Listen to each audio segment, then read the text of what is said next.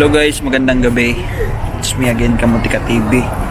Ayan, thank you so much guys sa mga nag-subscribe. At thank you so much din sa mga magsusubscribe pa lang. Ayan, shoutout sa mga nandito sa Macau. And thank you so much sa mga nakaka-recognize sa akin. Nakakahiya. Ayan, mayroon pa pala nakakilala sa akin in person.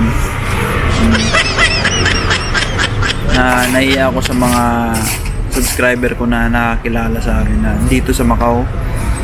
Ayan, thank you so much sa lagi nanonood sa mga vlog ko. Ayan, thank you so much. Mga idea ko lang yan na sana nakakatulong sa mga nag-apply dito sa Macau, mga pupunta sa Macau, yung mga nagpaplano sa papunta dito sa Macau. Ayan, maganda dito guys, to be honest. Maganda dito sa Macau pag may trabaho ka na. Maganda rin naman mag-tour dito sa Macau. Hindi naman gaano kamahal dito yung hindi naman masyado magastos dito, mura din naman mabilihin dito. Ayan, shoutout sa mga nag-apply. Ayan, shoutout kay kay Mark. Ayan, hindi ko na yung pangalan niya na nakita niya ako diyan sa sa isang lugar. Nag-rest lang ako konti. Ayan, nakita niya ako, "Oy, sir," sabi niya. Ayan, shoutout sa iyo, sir. Ayan. Pa kami, nag-picture pa kami. Ayan, shoutout sa iyo. Nag-apply din siya, guys, and sana makahanap pa lang trabaho. Ayan, sipagan mo lang at saka yung resume mo ayusin mo. Ayan, guys, shoutout sa lahat ng mga nag-apply dito sa mga paayos na lang po ng resume nyo. Lagyan nyo lahat ng experience, cleaner, doon lang kasi minsan sa resume nagkakaproblema eh. Cleaner, delivery, from attendant, waiter, yan, waiter sa mga resto, dishwasher, yan, dishwasher, kitchen helper. Sabihin mo lang, sa Pinas ka ng kitchen helper, ganun. Sa Pinas lahat ng may experience mo, wala silang magawa eh. Pinas yung experience eh. Sabihin mo lang na willing ka willing to learn, willing ka matuto, tapos willing ka mag-training. Kasi iba naman, different naman yung Pinas saka dito, sabihin mo. Yan, lusot yun. Doon lang kasi sa resume natin, minsan kasi pasa ka sa agency, cleaner hinahanap, tapos wala palang cleaner doon sa resume mo. Magawa-gawa ka na lang ng mga doon sa resume mo, kasi hindi naman sila naghanap dito ng ng COA, Certificate of Employment. Wala, di sila gahanap dito.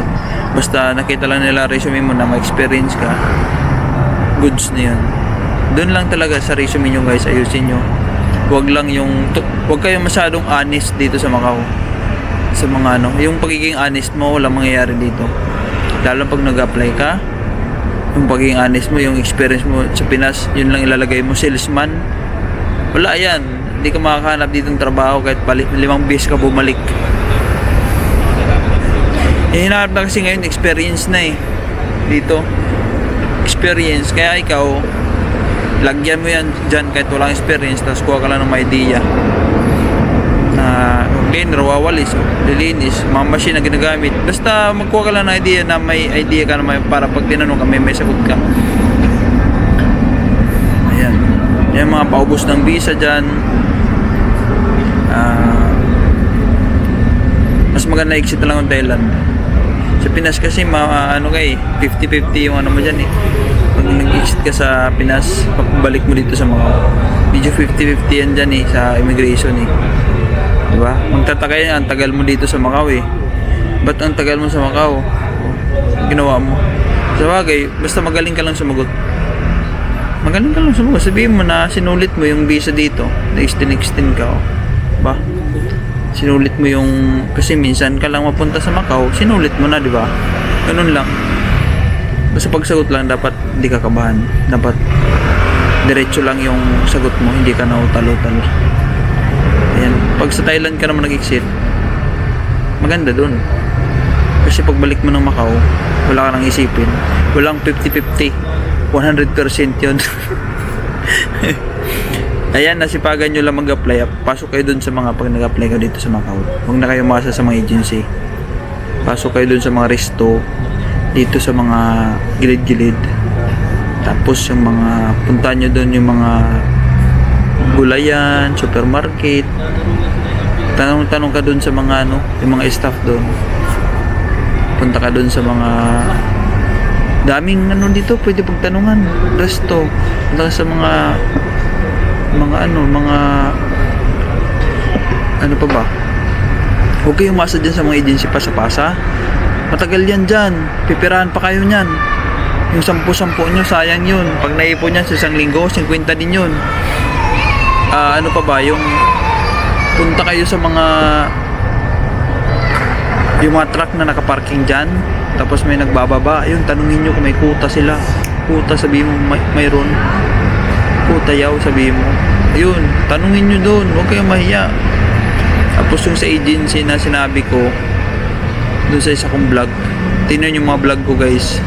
May mga nirepair ako doon ng mga agency na pwede nyong applyan.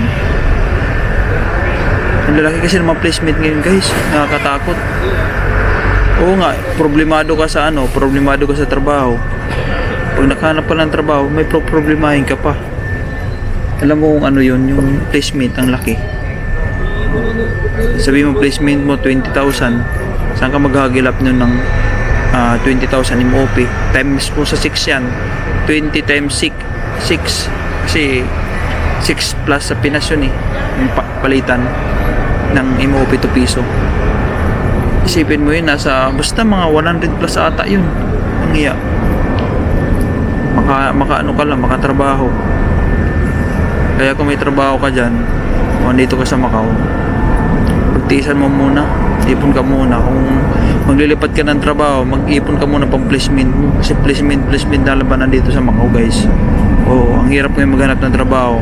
Yung mga nagbabalak maghanap dito ng trabaho, mahirap talaga. Sinasabi ko sa inyo, hindi ako nagsisinungaling. Hirap na hirap ako makahanap. Kaya lalo pa ikaw, bago ka, diba? Kaya ako may experience ako dito sa X Macau na ako. Paano pa kaya ikaw na wala kang X, diba? Mas mahirap sa'yo kasi wala ka pang experience dito. Maramdam ko yun, kaya sinishare ko sa inyo yung mga experience ko. At least may idea kayo, diba? Pero mahirap kang mag-apply, pero tsaga-tsaga lang, tis-tis lang. Kung hindi ka man pinalad ngayon na pagpunta mo, siguro sa pagbalik mo baka mayroon na yun. Ganun lang naman try lang. Nag-ano ka na ng kumbaga namuunan ka na dito sa Macau, huwag ka titigil lang, hindi ka makahanap ng trabaho, diba? Mga 5 balik ka. Yung kasama ko sa Thailand, alam mo kung ilang balik na yun dito? 4. Thailand na sa exit, tapos balik na yun 4. Nakahanap na sa trabaho. Unahan pa ako, di ba? Ganun lang. Sabi ko, time mo yan ano lang yan, antay lang tayo, di ba? Kung tayo magmadali, mapangit kasi pag minadali natin Yun lang guys, yung advice ko. Ayusin yung mga resume nyo para may option yung company na papasahan nyo, diba? Andun lahat, basta alam nyong trabaho dito sa Macau, ilagay nyo sa resume. Huwag na kayong mag-isip na hanapan ng CEO. Wala yun. Kalukuhan yung nagsabi sa inyo hanapan. Wala yun, di hinahanap yan dito. Yun lang, kasi yun lang guys yung yung advice. Lagyan nyo ng maraming experience yung resume nyo. Tsaka yun na, malaking placement na dito sa Macau. Malaki na, sobra. Baka sa susunod hanggang September, November this year 2024, baka abot na yun ng 30. Alang wala na maghahanap, wala na mag-apply niyan nangyari. Yun lang guys, shoutout sa lahat and ingat kayo lagi, God bless and Happy New Year.